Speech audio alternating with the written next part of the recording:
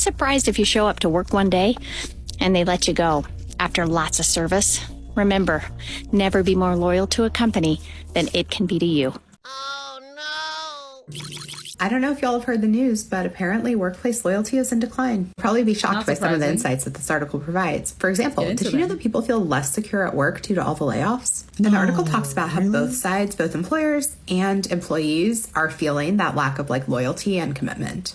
My general thought on stuff like this is that the group in power has to move first. They have to take the steps to fix things. Expecting the people who have less power in the situation to constantly give up more power and get in line is never going to work. That's basically managing and leading through fear. Companies have to take the first step. They have to demonstrate loyalty. They have to create cultures that people want to stay and be a part of and be loyal to. And I think we understand this in most situations. When you have an abusive relationship, no one says that the partner being abused just needs to suck it up and do better. We understand that the person in that case that needs to make changes is the abuser. And we understand that if the abused person leaves, it's not a lack of loyalty, it is exiting an unsafe situation. Yes. So I cannot wrap my head around how people cannot apply that same logic to the workplace. Employers are the ones that started it. Workplaces have been less unionized. Employers are fighting the formation of unions. They're making less. Benefits are being reduced. They had the first move and decided to make the workplace a less desirable place for people to be. And then they can't be surprised when people don't have loyalty to staying in a bad situation. So my advice to Business Insider and to anyone else contributing to this narrative is that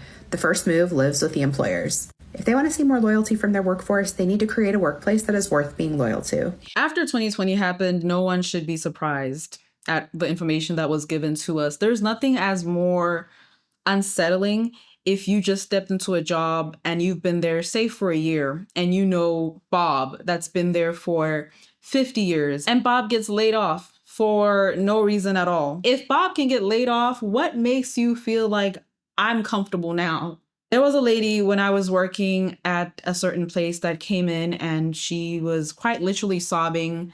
She said she worked for this company, very big company, and they laid her off. And granted, it was 2020. They were cutting people like nobody's business. The obvious reason she felt that way is she was loyal to this company and they just discarded her like it's nobody's business. And there were newcomers in this job that weren't laid over. So company loyalty, like she said, is like a relationship. If you're not happy, go on to the next one. Now, this is just a generalization, but sometimes the person that is hopping around job to job is the one to get closer to success or a better pay than if they would have stayed at the job they're currently at. There has been so many situations where a person has told me that they were getting paid X amount of dollars, and as soon as they got a new job, they were getting way more than what the manager was getting paid at that job. Never be more loyal to a company than it could possibly be to you in return. And I want you to understand that there is a loyalty equation, and only you can decide what that is between you and your company. I'm a big believer that you put in a full day's work and you earn your keep, but you shouldn't give up your soul. If you go into a company and you say, I am going to just bust my butt and show them what I'm capable of, you're going to do a really good job at that, right? Until you have to pull back and get back to a more normal pace. And then they're going to say, this person is really losing their edge. And I don't feel like they're giving their same performance. See the problem with that? You busted your butt and then you get penalized. So figure out what the loyalty mix is that's right.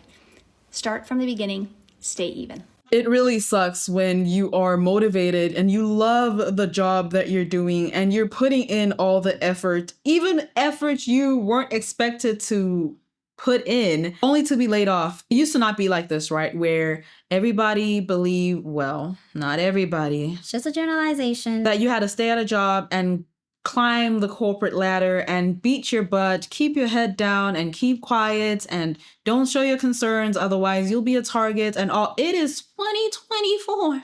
Times have changed and I believe they're going in the right direction where jobs are going to appreciate their employees as well as the other way around. It's a slippery slope, but it's one that we're wanting to slide, baby. I have zero loyalty to my place of work. Are they going to see that? This is so me in every single way. Like every job I've ever had, I have accidentally, it was never intentional. I've accidentally made enemies because there's all these people, the kids that were once teachers' pets and would be like, why isn't Johnny turning in his homework? Why isn't Samantha?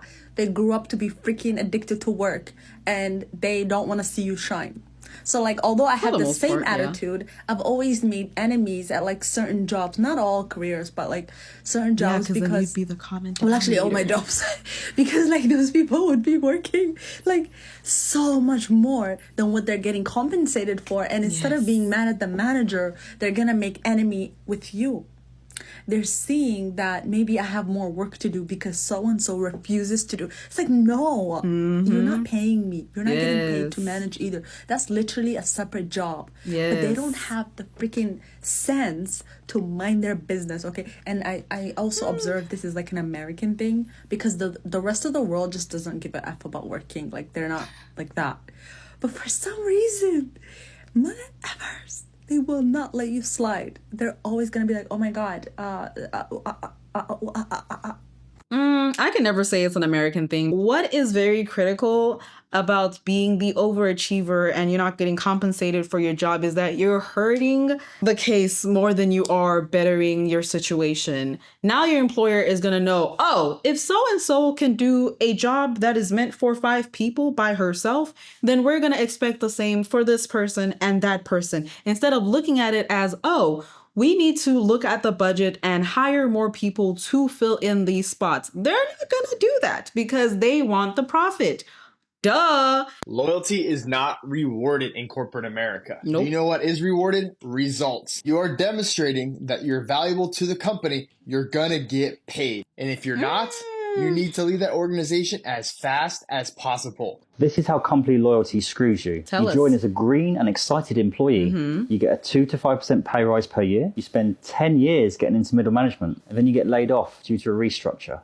When the fastest way to get promotion is to get a new job, you're going to struggle to hold on to your team. Employers, raise your employees' pay by more than 2 to 5% per year. Promote from within first. Bear in mind the cost of replacing people who aren't happy. And above all, remember, it's okay for people to leave. In today's workplace, loyalty isn't rewarded. And unfortunately, a lot of people have learned this lesson the hard way over the last 3 years, especially in the form of layoffs. Because we've been raised to believe that working the longest hours, never taking a vacation, working overnights and weekends, being the most dedicated to our jobs is what is valued. But in reality, what's actually valued is who you know, and more importantly, who likes you, how difficult your skills are to acquire, and then taking that a step further, how in demand and how rare they are, what results you've achieved recently, in other words, what have you done for me lately, and perhaps most importantly, how well you market yourself, in other words, what's your internal personal brand, what do people around you view you as? And I encourage you to look around your workplace.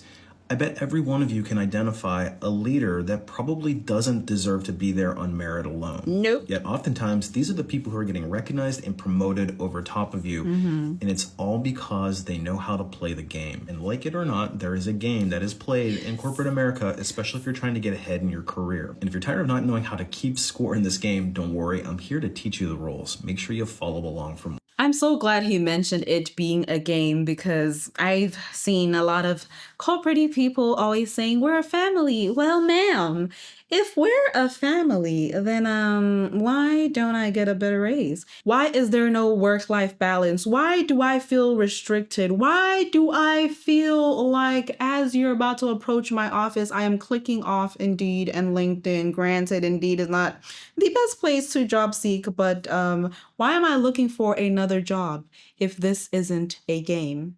It is very much a game, and I've seen some grown people accepting little get-togethers after work and getting nonsense certifications instead of getting a raise.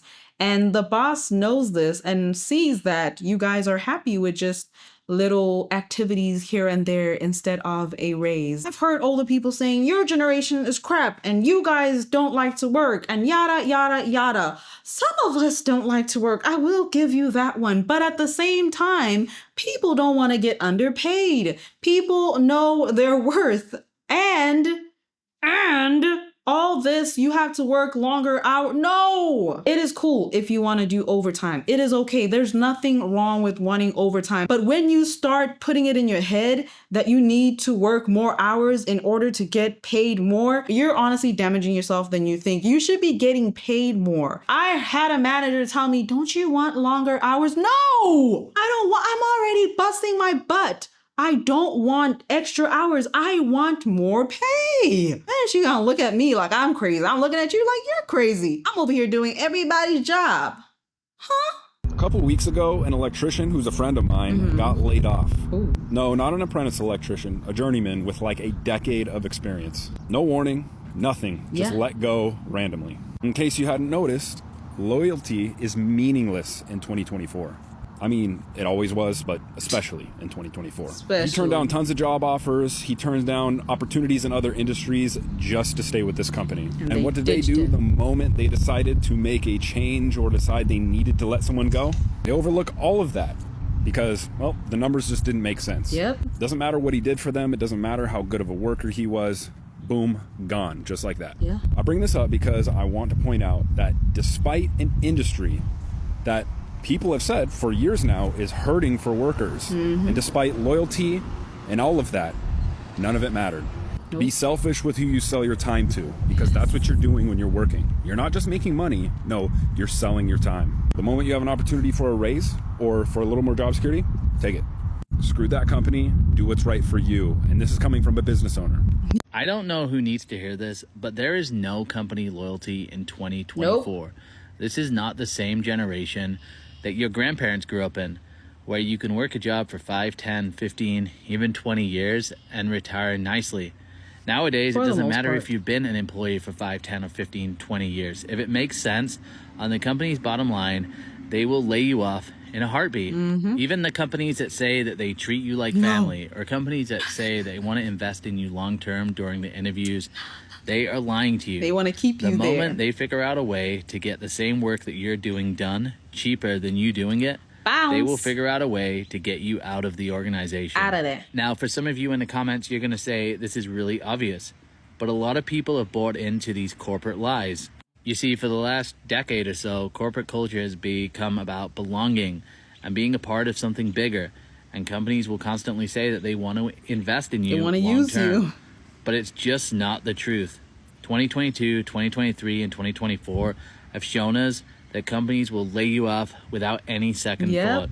Literally, the only person that you can count on in your career is you. You want to know why so many employees don't feel obligated to show loyalty to their companies? Why? It's because many companies operate on a transactional basis. They tell their employees, here is your job description. These are your duties. If you do X, Y, and Z, and more, this is how much we're paying you. Pay less. They want the benefits of a true partnership, but have a transactional relationship. They don't care about fostering a deeper connection with their employees, where they care about their well-being, where they care about their professional growth, where they value them as an individual beyond what they contribute to that particular company or agency. And they will treat them like they're replaceable. And as a matter of fact, they will replace you. They won't even give you a reason why. And if you choose to leave, they will offer your job to your coworker within hours. Well, if you are a company that expects loyalty from your employees, you better start treating your employees like your customers that you're trying to keep. Because if there is a lack of reciprocity, they will go to somebody else who's offering them more. It's no different from a corporation whenever people choose to go to Target instead of Walmart.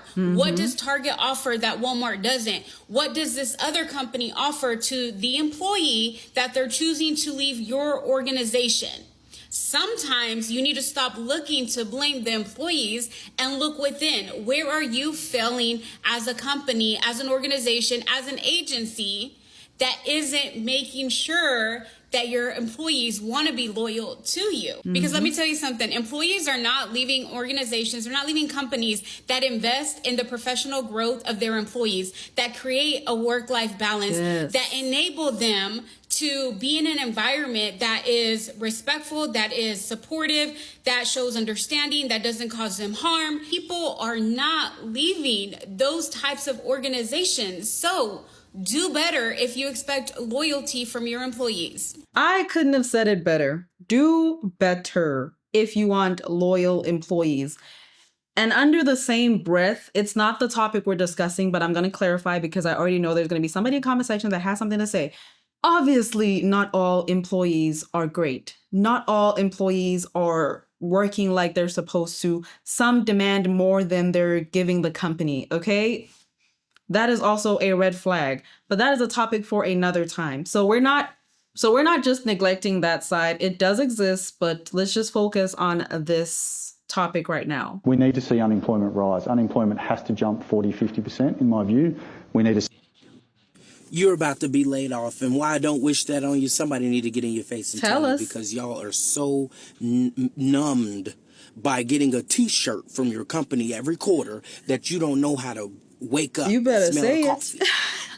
Like, I just can't believe it. Firstly, there's no such thing as corporate loyalty. That whole concept is garbage, trash, throw it away. Okay. Just because you're getting free food when you go to the office, if you even have to go to the office, does not mean that you should be continually overworked and underpaid. Yes. On the flip side, companies' compensation is a supply and demand game, just like a product. That means they want to pay you as much as they can while getting the most productivity out of you. Yes.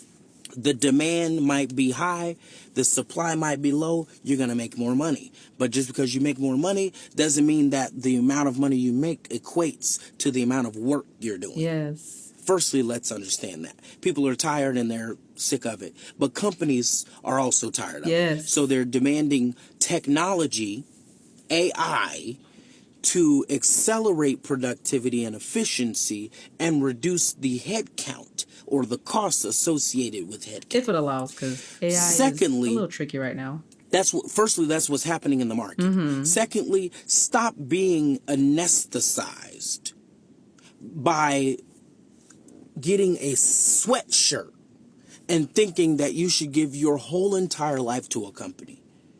Oh, I'm so sick of it. You should be ashamed of yourself. That whole concept. Tens, 20, thousands of people laid off from one company, and people are just so heartbroken because they have given their whole lives to this company and left nothing for their family. It just doesn't make sense. Let me tell you what's happening. When consolidations and hiring starts to slow down or completely stop, your company is tightening their budget process. And if they can't tighten it soon enough, they will begin layoffs. You have 99% of you are not in the rooms where these conversations are happening. So you have to be able to understand the cardinal signs that a layoff is happening. And when those things start happening, you need to be looking for a job. Yeah, if you feel it, you need to be looking for ways to supplement your income if you haven't already. You cannot rely 100% on one stream of income your whole life. It's not safe. Not in this economy. So for most people, a lot of companies are not hiring. First sign. You need to understand how your work contributes to or helps the business accomplish its goals, its vision, its strategy. If it doesn't, if you can't figure it out, you're on the list to be laid off. If you're not a hyper performer that works 90 hours, 100 hours a week for the same amount of money as you made last week, you're on the list.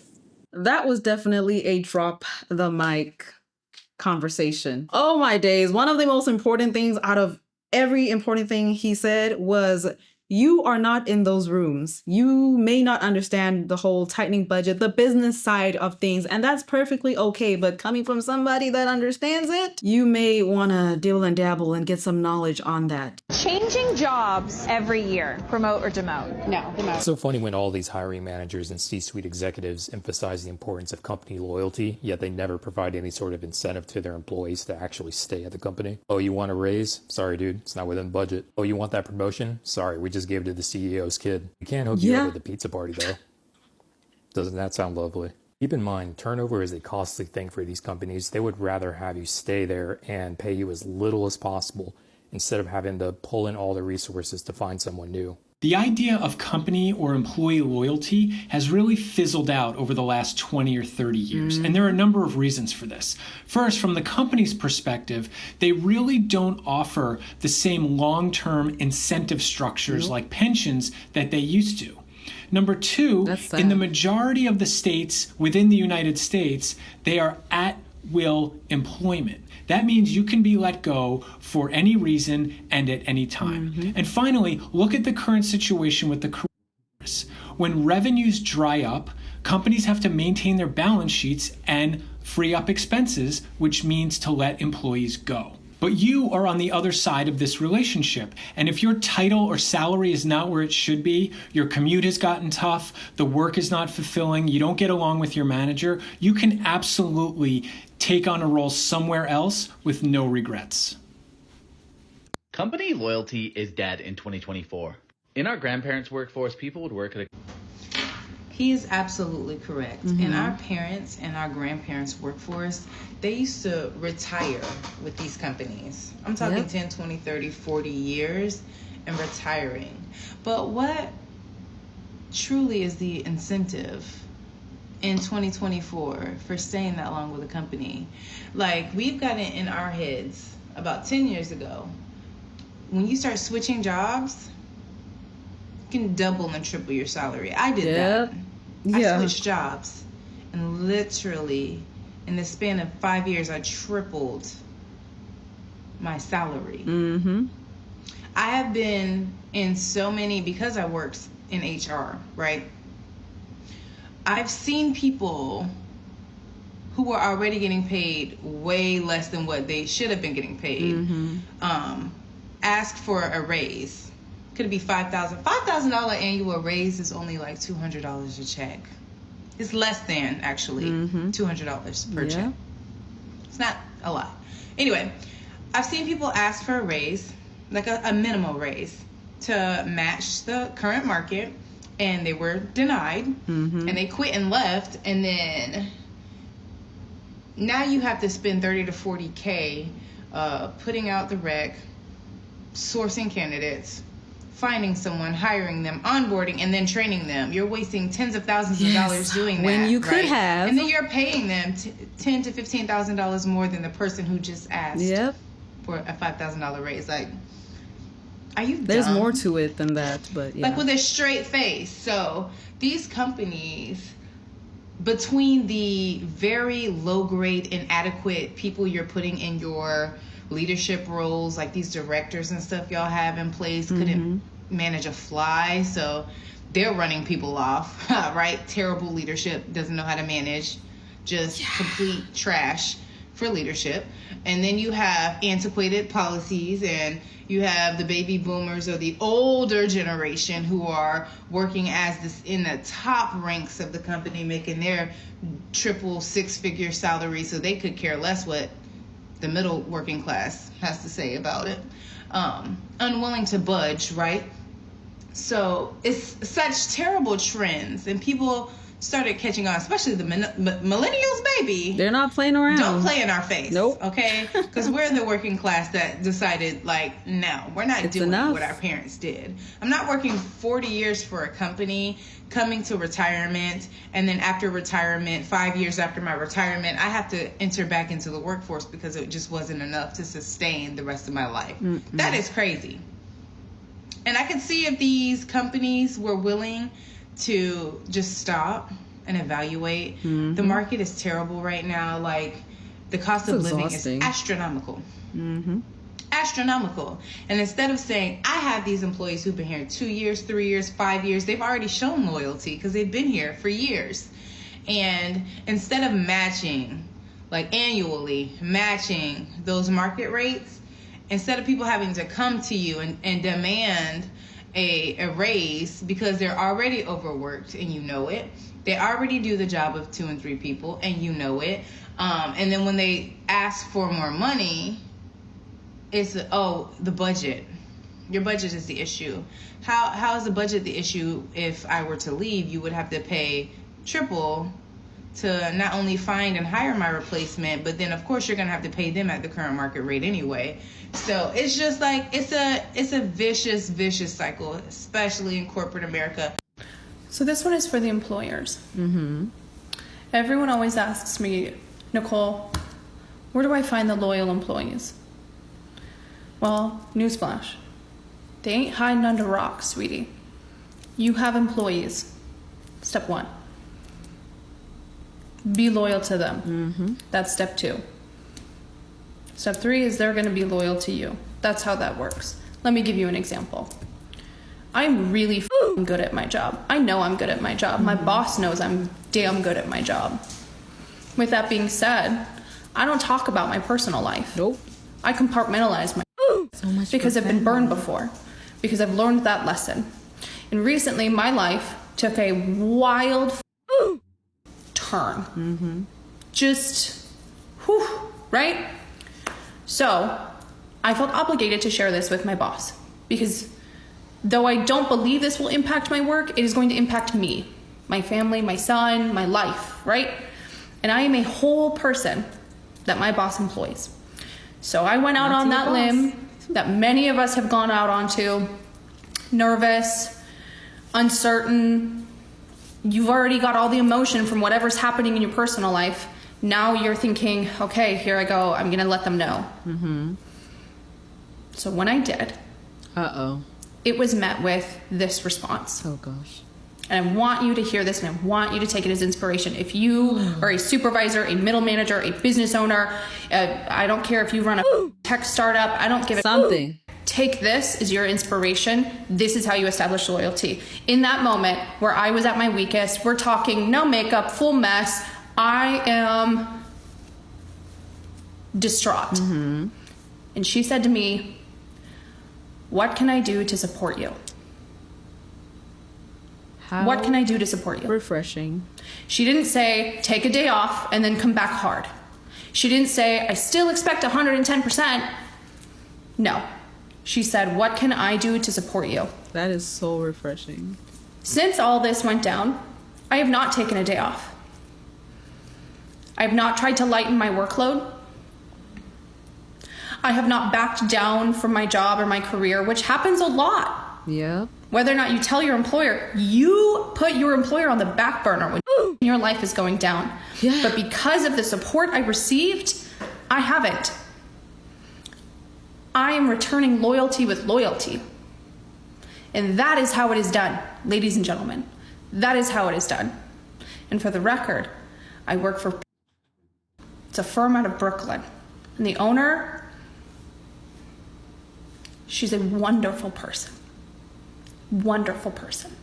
That is extremely refreshing to hear. And like I said, it's not all, but it sure is most businesses, companies, bosses that give you a run for your money. Quite literally. I wish there were more people like your boss. At the same time, if you need time off, take the time off. A lot of people, I feel like they feel loyalty to a company. They worry about burning bridges. I'm not a believer in it. This is just another tactic from another generation ago that employers have used to intimidate and bully and create fear. You know, they do the same thing with references. You know, they're like, oh, you know, you better be careful. You don't want to burn that bridge. You'll lose a reference, and you know, you really need that. Empty Employers promises. confirm start date, end date, and last job title. Nothing else. So what reference are we talking about? It's like a formality. Yeah. Or the other thing they tell you, so you work for a startup that a PE company owns. Well, you know, we don't want you here anymore at this company. But, you know, if you behave yourself and don't push back, you know, I'll put in a good word for the investors, and maybe they can get you a job at one of their other portfolio companies. Right. You know, that's been told hundreds of times. No one's ever been placed in one of them.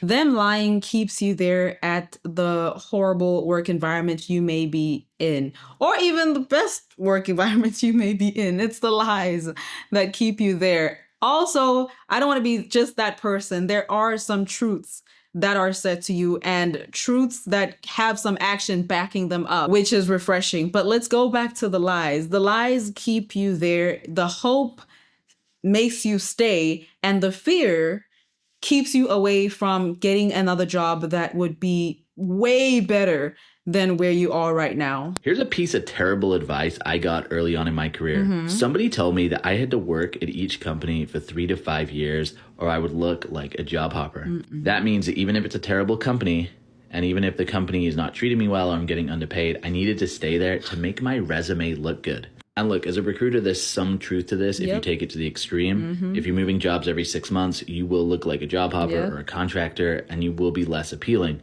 But staying at a company for 5 years just so your resume looks good is just bad advice. A better advice would be to stay at companies for 2 to 3 years, try and get promoted, and if you can't, then look for a new role at a new company. That way you can get the pay raise for just moving to a new company, and then you also get another opportunity to get a promotion. At some organizations, you just won't get promoted. Particularly if you're working in a company you don't enjoy and you don't love, it's unlikely you're going to get promoted. It's the basic idea that if you're not enjoying something, you're probably not getting the best results. So it's best to try and find a new job. But ultimately, as long as you're progressing, you're picking up new skills, you're working on projects, and you're making accomplishments, there is no rule. And if you're working in a terrible job, do not feel like you've got to stay there for 3 years, 5 years, 7 years, just for your resume. It's just bad advice. At the end of the day, do what is best for your situation. Do you want to stay at a job for 40, 50, 30 years? A place where you spend majority of your time. Do you want that workplace to be peaceful, or do you want a hectic work environment? You get to decide at the end of the day. Everybody has free will, especially in America. So please choose your struggles wisely.